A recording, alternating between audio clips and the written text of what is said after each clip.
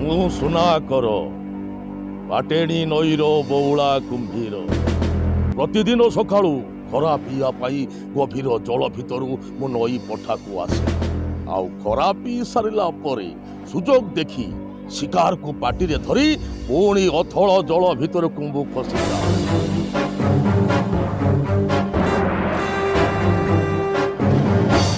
ମୁଁ ସୁନାକର ପାଟେଣୀ ନଈର ବଉଳା କୁମ୍ଭୀର।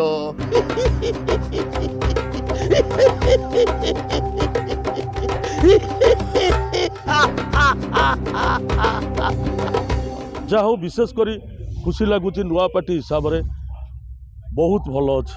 ଯାତ୍ରା ଜଗତରେ ଯଦି ଖଳନାୟକ କଥା ଉଠେ ତେବେ ଖଳନାୟକ ମଧ୍ୟରେ ଯିଏ ଅଛନ୍ତି ଅଭିନୟ ପାଢ଼ୀ, ତାଙ୍କ କଥା ମଧ୍ୟ ସମସ୍ତେ ଜାଣିଛନ୍ତି। ଖାଲି ନାଁ ଯଥେଷ୍ଟ, କଥା କହିବା ଆବଶ୍ୟକ ନାହିଁ, ସେ ଆମ ପାଖରେ ଅଛନ୍ତି। ସ୍ୱାଗତ।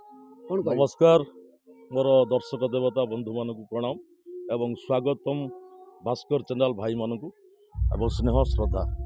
ଆପଣମାନେ ତ ଦର୍ଶକ ଦେବତା ବନ୍ଧୁମାନେ ମୋତେ ଜାଣିଛନ୍ତି ଭଲ ମନ୍ଦ କି। ଆଉ ମୁଁ ଜଣେ ଯାତ୍ରା କଳାକାର, ନେଗେଟିଭ୍ ପଜିଟିଭ୍ ସବୁ ଭୂମିକାରେ ଦର୍ଶକମାନେ ମୋତେ ଦେଖିଛନ୍ତି। ଆଉ ବର୍ତ୍ତମାନ ମୁଁ କାର୍ଯ୍ୟରତ ଅଛି ଯାତ୍ରା ଯାଜ୍ଞସେନୀରେ। ଆମର ମ୍ୟାଡ଼ାମ ସୁଦୀପ୍ତା ସିଂ ଆଡ଼ଭୋକେଟ୍ ତାଙ୍କ ପରିକଳ୍ପନାରେ ଚାଲିଥିବା ଯାତ୍ରା ଯାଜ୍ଞସେନୀ ବର୍ତ୍ତମାନ ଆମେ କାର୍ଯ୍ୟ କରୁଛୁ। ବିଶେଷ କରି ନୂତନ ପାର୍ଟି ଗୋଟାଏ ବର୍ଷ ବି ଛୁଇଁନି, ମାତ୍ର 5-6 ମାସର ବ୍ୟବଧାନ ଚାଲିଛି।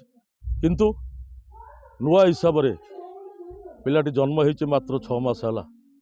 6 ମାସ ଭିତରେ ଯେ ଆମର ମ୍ୟାଡ଼ାମ କଳାକାରମାନଙ୍କୁ ଏକାଠି କରି ଏତେ ବଡ଼ ଗୋଟେ ସଂସ୍ଥା ତାକୁ ସୁପରିଚାଳିତ ଭାବରେ ଚଲେଇ ପାରୁଛନ୍ତି ଏବଂ ଯିଏ ଆମର ମୁଖ୍ୟ ପରିଚାଳକ ରହିଲେ ପ୍ରଭାତ କୁମାର ପଣ୍ଡା, ସିଏ ବି ଆମମାନଙ୍କ ସାଥିରେ ଅଛନ୍ତି ଏବଂ ତାଙ୍କ ପରିଚାଳନାରେ ବି ସଂସ୍ଥା ଚାଲିଛି। ଯାହା ହଉ ବିଶେଷ କରି ଖୁସି ଲାଗୁଛି ନୂଆପାଟି ହିସାବରେ ବହୁତ ଭଲ ଅଛି। ଯେଉଁ ଭାବେ ଅଭିନୟ ପାଢ଼ୀ ଯେତେବେଳେ ଯାଆନ୍ତି ଖଳନାୟକ ହିସାବରେ ମଞ୍ଚ ଉପରକୁ, ସେତେବେଳେ ଦର୍ଶକମାନଙ୍କ ଉପରେ ଥାଏ ତାଙ୍କ ଯେଉଁ ଆସେ ଡାଇଲଗ୍, ସେ ଡାଇଲଗ୍ରୁ ଗୋଟେ ଦର୍ଶକମାନ। ହଁ ନିଶ୍ଚିତ କହିବି। ତାପରେ ଏବେ ଏଇ ଯାତ୍ରା ଯାଜ୍ଞସେନୀର ନାଟକରୁ ଗୋଟେ ସଂଳାପ କରୁଛି। ମୁଁ ସୁନାକର ପାଟେଣୀ ନଈର ବଉଳା କୁମ୍ଭୀର। ପ୍ରତିଦିନ ସକାଳୁ ଖରା ପିଇବା ପାଇଁ ଗଭୀର ଜଳ ଭିତରୁ ମୁଁ ନଈ ପଠାକୁ ଆସେ। ଆଉ ଖରା ପିଇ ସାରିଲା ପରେ ସୁଯୋଗ ଦେଖି ଶିକାରକୁ ପାଟିରେ ଧରି ପୁଣି ଅଥଳ ଜଳ ଭିତରକୁ ମୁଁ ଖସିଯାଏ।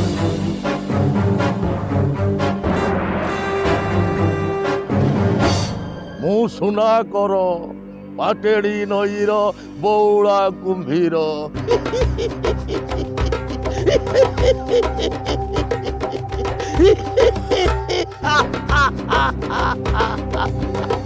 ସୁନ୍ଦର ଭାବରେ ଥିଲା। ଏବେ ଯେଉଁ ରହିଛି ଯାଜ୍ଞସେନୀ ଯାତ୍ରା, ଏବେ ଯାଉଛି କୁମ୍ଭ ମେଳାକୁ ଖଣ୍ଡଗିରି। ଏହାକୁ ନେଇ କ'ଣ କହିବେ? କେତେ ଉତ୍ସାହିତ ଅଛନ୍ତି? ନିଶ୍ଚିତ ଆମେ ମୁଁ ତ ଖଣ୍ଡଗିରି ଯାଇଛି, ଅନ୍ୟ ପାର୍ଟି କୋଣାର୍କ କଳିଙ୍ଗରେ ବହୁତ ଥର କରିଛି। ନୂଆ ପାର୍ଟି ହିସାବରେ ଆମକୁ ଖଣ୍ଡଗିରି କୁମ୍ଭମେଳାରେ ଯାତ୍ରା କରିବା ପାଇଁ ଆମକୁ ସୁଯୋଗ ମିଳିଛି, ସେଇଟା ହେଉଛି ବଡ଼ ଖୁସି କଥା। ଆଉ ମୋ ଦର୍ଶକମାନଙ୍କୁ କହିବି, ନିଶ୍ଚିତ ଆପଣମାନେ ଆସିକି ଖଣ୍ଡଗିରି କୁମ୍ଭମେଳାରେ ଫେବୃଆରୀ 7ରୁ 11 ପର୍ଯ୍ୟନ୍ତ ଯାତ୍ରା ଯାଜ୍ଞସେନୀର ପ୍ରତ୍ୟେକ ନାଟକ ଦେଖନ୍ତୁ ଏବଂ ପ୍ରତ୍ୟେକ ନାଟକ ଡ୍ୟାନ୍ସ ଆଉ ଆମର ସଙ୍ଗୀତ ନିଶ୍ଚିତ ଆପଣମାନଙ୍କ ମନକୁ ଛୁଇଁବ। ଏବଂ ଯାତ୍ରା ଯାଜ୍ଞସେନୀରେ ଆମର ଭଲ ଭଲ କଳାକାରମାନେ ବି ଅଛନ୍ତି। ଆପଣମାନଙ୍କର ଚିହ୍ନା ମୁହଁ ଶଙ୍ଖାଳୀ ବାବୁ, ଉତ୍ତମ ବାବୁ, ମୁଁ, ଆଦିକନ୍ଦ, ରମା ବାବୁ ଏବଂ ଯାହାକୁ ଦେଖିବେ ମିନୁ ମହାପାତ୍ର, ଆମର ନାୟିକା ବର୍ଷା ଏବଂ ରୂପା, ଆଉ ଯାହାକୁ ଆପଣମାନେ ଦେଖିବେ ସେମାନେ ଚିହ୍ନା ମୁହଁ ଦେଖିବେ। ଆଉ ସେମାନଙ୍କ ଆମମାନଙ୍କର ଅଭିନୟ ନିଶ୍ଚିତ ମାନେ ଆପଣଙ୍କୁ ଭଲ ଲାଗିବ ଏବଂ ମୁଁ ଭରସା ସେତିକି ଅଛି ଯାତ୍ରା ଯାଜ୍ଞସେନୀର ପ୍ରତ୍ୟେକ ନାଟକ ଦର୍ଶକମାନଙ୍କୁ ଛୁଇଁବ। ଯେଉଁ ଯାଜ୍ଞସେନୀର ନାଟକ ଯେଉଁ ଖଣ୍ଡଗିରିରେ କରିବ, କ'ଣ କ'ଣ ମୁଖ୍ୟ ନାଟକ ସବୁ ରହିଛି? ନା ସେଇଟା ବର୍ତ୍ତମାନ ଆମର ମାନେ ଆମ ଇଏ ମାଲିକଙ୍କ ତରଫରୁ କିଛି ନିର୍ଦ୍ଦେଶ ଆସିନି, କିନ୍ତୁ ଆମର 4ଟି ନାଟକ ହେଇଛି ଏ ବର୍ଷ।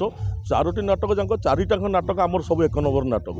ତା ଭିତରୁ ଆମର ଯିଏ ପଣ୍ଡା ବାବୁ ପରିଚାଳକ ଅଛନ୍ତି ଆଉ ବାବୁ ମାଲିକ ସେ କ'ଣ ନିଷ୍ପତ୍ତି ନେବେ ନେଇ ନାହାନ୍ତି ଏପର୍ଯ୍ୟନ୍ତ।